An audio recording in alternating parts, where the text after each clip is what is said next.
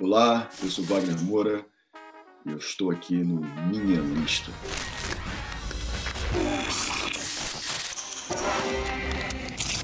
Primeiro filme que eu quero falar do História de um Casamento. E nós amamos o Charlie. Você tem que parar de amar ele, mãe. Não dá pra continuar amiga dele. Vovó! Charliezinho! Mãe!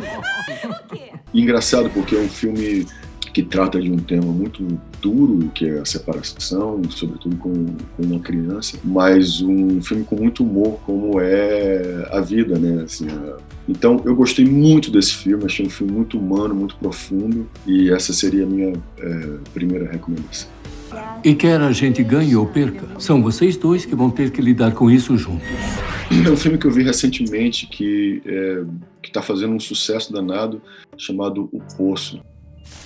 Ele é mais uma grande ideia, uma excelente ideia do que propriamente um grande filme. A ideia de que uma prisão dividida em diferentes níveis e que a parte de cima da prisão pode se alimentar, um banquete extraordinário, e o que sobra desse banquete é levado até o andar, sei lá, 300. Ei! Vocês de baixo, não chame as pessoas lá de baixo. Por quê? Porque elas estão abaixo. As pessoas de cima não vão te responder. Por quê? Porque estão acima, óbvio. Tem um personagem muito interessante que é o primeiro companheiro de cela do protagonista, que ele é um cara que está nessa situação de ver de comer o resto da comida dos outros, mas ele acha que aquilo é certo, que aquilo é correto. E eu repito que o nível 48 é um bom nível e que você teve muita sorte. Eu gostei muito da metáfora social que esse filme traz e da ideia do cara ter pensado em fazer um filme sobre isso e um final que traz uma certa esperança, sem spoiler, mas que com todo o sofrimento ele aponta para um caminho de esperança. Então achei um filme bem interessante. É uma série que eu adoro, que o meu filho mais velho me apresentou, que é Rick and Morty. É uma animação, mas é a história de um cientista genial, assim, que ele cria diferentes universos. Qual o problema com você, Morty? Calma aí, você tá acabando com a vibe. Em cada universo há uma versão dele mesmo, diferente, mas ele leva o neto dele para todas essas aventuras loucas que ele faz nesses universos diferentes. E eu morro de rir. Você é o maninho que queria uma aventura épica. Eu sou o cara que tem a única cadeira flutuante. Puta que pariu, uma aranha alienígena picou meu dedo. É um penhasco alienígena, pode falar só aranha.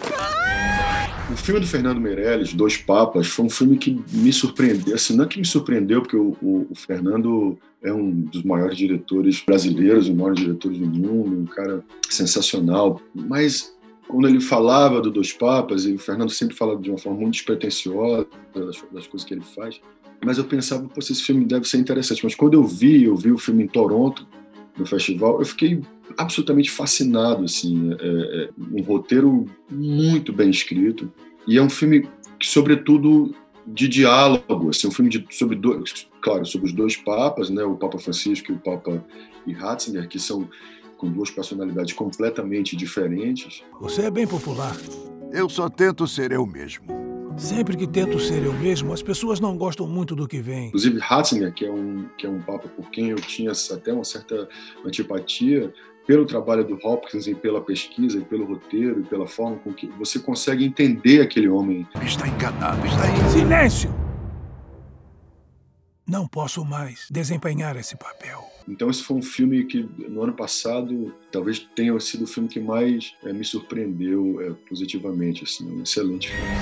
Recentemente só eu comecei a assistir Narcos México. E é muito bom. Assim, é incrível como... Eu aprendi muito fazendo Narcos e sigo aprendendo, né, sobre o narcotráfico, que é uma realidade muito presente nas nossas vidas, e como isso afeta as nossas vidas, né, a política de guerra às drogas, que é uma política absolutamente falida. Estamos aqui para librarnos de los traficantes de Sinaloa, quienes han desafiado al gobierno federal por demasiado tiempo. Salgan con las manos en alto, o entraremos por la fuerza. A temporada começa mais ou menos com que a gente começou o Narcos na Colômbia, quer dizer, que é através do personagem do Diego Luna você entender quais foram as condições sociais e políticas que possibilitaram o aparecimento de personagens como Félix Gallardo e o surgimento dos grandes cartéis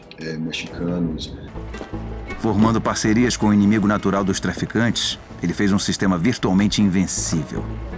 Juárez, Sinaloa, Golfo, enfim, eu fiquei super vidrado na série e super recomendo Narcos México. Gosto muito de documentários sobre música e assisti agora um que o Scorsese dirigiu sobre uma turnê que o Bob Dylan fez, super interessante, que era o Dylan que não queria tocar para grandes multidões, então ele juntou a galera, os artistas, e não tocava seus sucessos antigos, músicas de protesto. It wasn't a success. Not if you measure success in terms of profit.